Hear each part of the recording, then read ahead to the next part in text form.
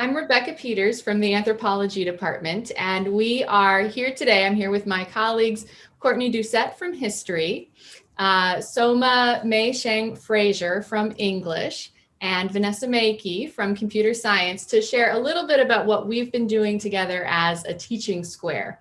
My role, I think, this morning is just to say a little bit about how we came together, and then each of us have a few tips and tricks and a few little stories to tell about our semester together.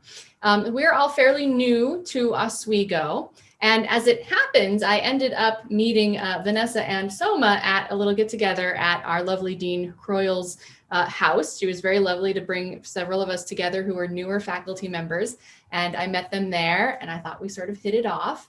I had wanted, especially as we got sent home in the spring of 2020 with the events of the Corona pandemic, I had wanted to pull us together into a teaching square, inspired by some of CELT's previous programming to help one another out. And I had also, as luck would have it, been assigned to teach in the spring in a classroom where I could see Courtney Doucette's history class right before I came in to teach my larger anthropology seminar. And I knew from watching her teach, like through that little square window in the door, that she's awesome. And so I ended up trying to put the four of us together, and thank goodness everybody said yes. And we have done a fair bit of work over the course of the summer and the fall semester 2020, and headed now into spring 2021. I think each of us has a couple of, again, tips and tricks to sort of share, but I will say that some of it was sort of serendipitous, and a lot of it is just, I like these people and I wanted to work with them. So, you know, personality. But I do think that our disciplinary diversity has been important for us, right? We have the artist, the social scientist, the computer scientist. We have a diversity of teaching styles and goals, and that has been really helpful for us to compare and contrast, I think, and to come up with new ideas to try out, new ideas for one another. I also, though, think, and from here, I just hand this off to Courtney, but I honestly think that you get any four dedicated faculty members together, and whatever their differences or similarities, they're going to find their own groove and be able to help one another improve on their teaching. So I'll move on, I think, now to, is it Courtney is next? Yeah, I will take it from here. Thanks for the introductions, Rebecca, and also thank you again for pulling us together. I have to say, it's been a really exciting experience for the four of us to do the teaching square, particularly during the pandemic, when, especially for new faculty, it's hard to make connections across campus that we would normally be able to make if we were simply on campus, walking across the physical space and running into people, as Rebecca did with me, because we taught in the same classroom. And so for the sake of community, this has been a really outstanding experience for us. But you might be wondering, what else does the teaching square do, right? You get four people interested in pedagogy together, and what happens? And as Rebecca said, we just sort of steered this project in the direction that it seemed would be most useful for us. So at the start of fall semester, we came up with a couple of collaborative projects or points of collaboration, and decided that was our plan. Basically, we came up with a mini syllabus for our square. And the first thing we did was we actually exchanged our syllabi, and this turned out to be especially useful for us going into the pandemic, when we were all in varying degrees new to teaching completely online, or in the various circumstances under which we taught in the first semester. So we exchanged our syllabi, and then we workshopped them as a group. And this was really helpful for just making sure that our language to students came across to our colleagues in the way that we wanted it to for our students. And so we had that opportunity to review each other's syllabi, discuss them, steal from each other, and adopt things into our own classes that others had presented in theirs. And then after that, we exchanged one assignment from our class, or an assignment that we were developing for, say, a future class or a future iteration of a class we were teaching. And again, just brainstormed, workshop each of those assignments, brainstormed and discussed them so that we could refine it and feel like that assignment was ready to run with students and would be as successful as possible. And then finally, we observed each other's classes and wrote letters with each other, for each other, which was both a practice in writing letters, but also an opportunity to actually go into each other's classrooms. And I know Vanessa will say more about that process, but I just wanted to include it as just an overview of what we did. But I think the most important thing is this. There's no hard and fast agenda for the teaching square. It's really about what the 4 vertices in your square find useful, and about providing the right amount of interaction, both in terms of time, in terms of energy, and in terms of what you can actually use then going forward in your classes. So I will hand it over now to Soma. Soma Meisham Fraser, English and Creative Writing. I'm going to talk a little bit about the materials that we chose to share with one another. Because we were all teaching online, we decided on 2 separate processes, one for synchronous courses and one for asynchronous courses. For synchronous courses, it's fabulous because you have the ability to either actually pop into someone's Zoom and be there live and witness the action as it happens in real time, or to have the other teacher record the course and observe it, whenever your schedule permits. So for synchronous courses, we shared syllabi. One of us provided Blackboard access to those others who are observing the course. That's optional, of course, but you just email CTS and request it, and they're very quick to grant it. We also shared the video of the class. So in that regard, observing a synchronous course was much like stepping into someone's classroom in the traditional way on campus. For asynchronous courses, we did things a little bit differently. Fortunately, a colleague of mine, Professor Donna Steiner in English and Creative Writing, had just gone through the process of asynchronously visiting a number of adjunct faculty courses and had developed some best practices. So what we chose to share was based on her findings about what worked best. We shared syllabi, Blackboard access, again, optional. And then it was a bit like tracking a full assignment from start to finish. So we provided assignment overview, Blackboard instructions, associated reading assignments, if any, and associated sample video lecture, if any, associated peer critiques. For instance, my students had others in their workshop, look at their digital storytelling projects and give them comments on modality, content, etc. And I captured that in an online Blackboard discussion. Associated instructor feedback to the 1 to 4 sample students. We chose 1 to 4 sample students, but you could obviously select any number that you wish to share work for. And then 1-to-1 meeting notes. Of course, all of these things are optional. The reason that we did choose to include student work, and you can either anonymize it or leave their names on,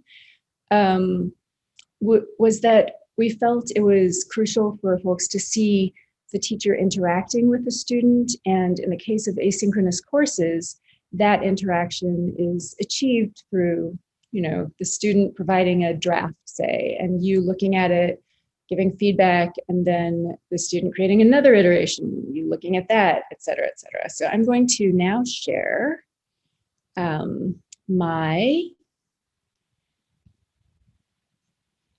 screen with you so that you can see the way that we organized these materials, our folder structure. So you'll see here, this is our Teaching Square materials folder. In Courtney's materials, there is the class itself recorded, my observation, and her syllabus. Easy breezy, just as you might find materials for an on-campus class, just the observation and the syllabus. Rebecca's materials, she gave quite a bit of contextualizing information, which was extremely useful in writing an applicable observation letter. So we have, assignment materials start here, an introductory document where she provided a bit of context regarding where the assignment fell in the semester, et cetera, the syllabus, the assignment, her slides for the week. Here's her observation from me, one from Vanessa. And this is a teaching guide to one of the textbooks, instructor's manual, and recordings for the week. So again, even within your square, there is a lot of flexibility around what you wish to share. For Vanessa's materials, this is another synchronous course. So we have the recording itself and her observations, the syllabus. And for my materials, we have 2 courses. I wanted to give my observers an option regarding which class they decided to visit. And the observations themselves, some sample observations from my department, because I wanted to let my colleagues, since this is an interdisciplinary endeavor, I wanted to let them know what, in my department, what types of things folks are evaluating courses based upon. So for each class, I had sample assignment materials, syllabus assignment overview, Blackboard instructions video, as well as student work and peer feedback and my feedback. Here, if I open student 1, you can see the rough draft, the final draft, a Zoom call synopsis, etc. So I think that's it. That's the basic structure of our folder. We have meeting notes as well, and to keep ourselves extremely organized in the beginning when we thought, what are we going to do and how will we have time? We created this document, who's reviewing whom. So I will turn it over to Vanessa. Let me get us back to the presentation. Thank you. So hi, I'm Vanessa Mikey. I'm from the computer science department and I teach mostly on the HCI program. So just to wrap it up, I'm going to talk a little bit about how our observation process went on. And this could translate to most of the things that we did together. So first of all, like organization-wise, we defined who would observe who, like Soma showed. We did this in a kind of a round-robin fashion, but we also had some of us wanted to observe more than one person, which is fine. But we tried to do it in a round-robin fashion. And we also set deadlines for sharing the material and then for actually writing the observation letters. So this was very important for us throughout the semester. Setting deadlines, I think, was helpful for us to keep each other accountable on stuff we wanted to accomplish. And also, we were very flexible on it as well. Like if most of us were overwhelmed with stuff, we would postpone it or talk about it, or even I wasn't able to participate in one of the assignments and the assignment evaluation thing that we did. So that's fine. We were all understandable. It's more like we acted a lot like a support group in that sense. So we weren't like keeping hard deadlines, like you have to do this, but the deadlines were mostly to keep us on track of what we wanted to accomplish. And we also had the Google Drive folder for organizing the materials and for sharing whatever we needed, like the group decisions. We also, for the deadlines, I think we also used a lot of the Google Calendar for setting up the meetings. Like Soma showed, we had the example letters from each of our departments because observation process is a bit different in each department. And each of us shared our materials that we wanted to be observed on. And one thing that was really helpful was instructions about the materials. So in Soma's case, for example, she had a lot of the asynchronous material, but she also left instructions of what exactly she was sharing, so we would have a better idea of what we were looking at before going into the actual materials. So, and we also put the actual observation letters in this folder. So once we organize this, actually executing the observation, I'm speaking for myself, my classes were synchronous. So I tried to be, I think it was pretty straightforward for me. I chose a class where I was introducing a new subject, so it wouldn't be overwhelming for my peer who was observing it. And I also shared the Zoom recording for that class and my slides. I think Courtney did the same way for her class. But then I observed Soma's classes, which was an asynchronous class. So there was more material to observe. That's where the instruction about the materials helped to understand the full context. And I believe mainly I divided, at least in my letter, I divided my observations on the video that she recorded and that she shared, the syllabus, which we had already looked at, but I also commented on it, and the full assignment that you shared. So there was the assignment description, the submissions from the students, and feedback that students gave each other, and also the feedback that she gave to the students. So I think for an asynchronous class, it was helpful to get the full context. So I'm not sure if that would go for any asynchronous class, but for her particular case, that was helpful for me. And I don't know if Rebecca also observed. I don't know if she wants to add anything, but that's what I had for the process.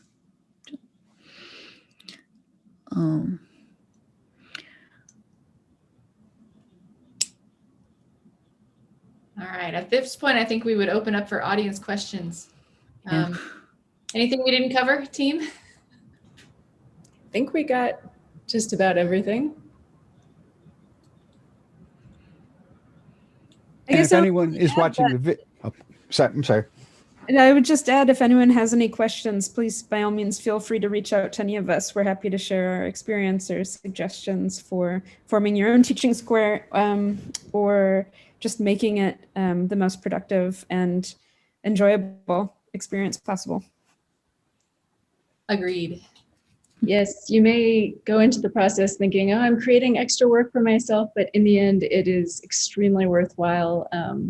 Not only do you get the feedback, but in times when it's difficult to make it to people's classes in real time, this provides you with observation letters that in some cases your chair may even accept in lieu of having someone from your department write you a letter. So there are a number of ways in which this was rewarding, but I think seeing colleagues is just hanging out with a group that's supportive was my favorite part.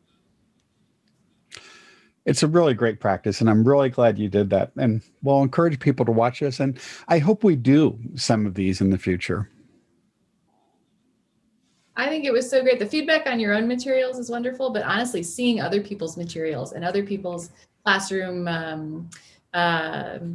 modus operandi, is that already plural? I don't know if that's already plural. Modi operandi. It's really, really helpful, right? Just a lot of really great ideas from experts, right, at doing this in your same context. It was great. Yeah, I highly encourage everyone to agree that you can bite liberally from one another's strategies, pedagogies.